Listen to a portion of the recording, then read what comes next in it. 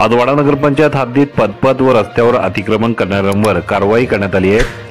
वाडा शहरातील परेल नाका ते खंडेश्वर नाका दरम्यान पदपथ व रस्त्यावर अतिक्रमण करणाऱ्या दुकानदार, हातगाडी फेरीवाले आदी ठिकाणी नगरपंचायतने आज दिनांक 23 रोजी कारवाई केली आहे।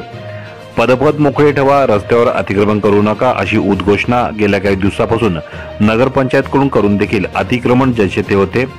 वाडा नगरपंचायत हद्दीत बहुतांश रस्त्यावर फेरीवाल्यांनी, टपरीवाल्यांनी नियम डावलून अतिक्रमण केले आहे, तर दुकानदारांनी थेट रस्त्यावर फुटपाथवर साहित्य विक्रीसाठी ठेवले आहे।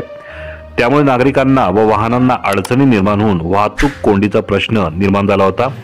अखेर वाडा शहरातील परेल नाका ते खंडेश्वर नाका परिसरामध्ये वाडा नगरपंचायत मुख्याधिकारी मनोज पष्टे यांच्या मार्गदर्शनाखाली अतिक्रमण करणाऱ्यांच्या विरोधामध्ये धडक कारवाई करण्यात आली आहे।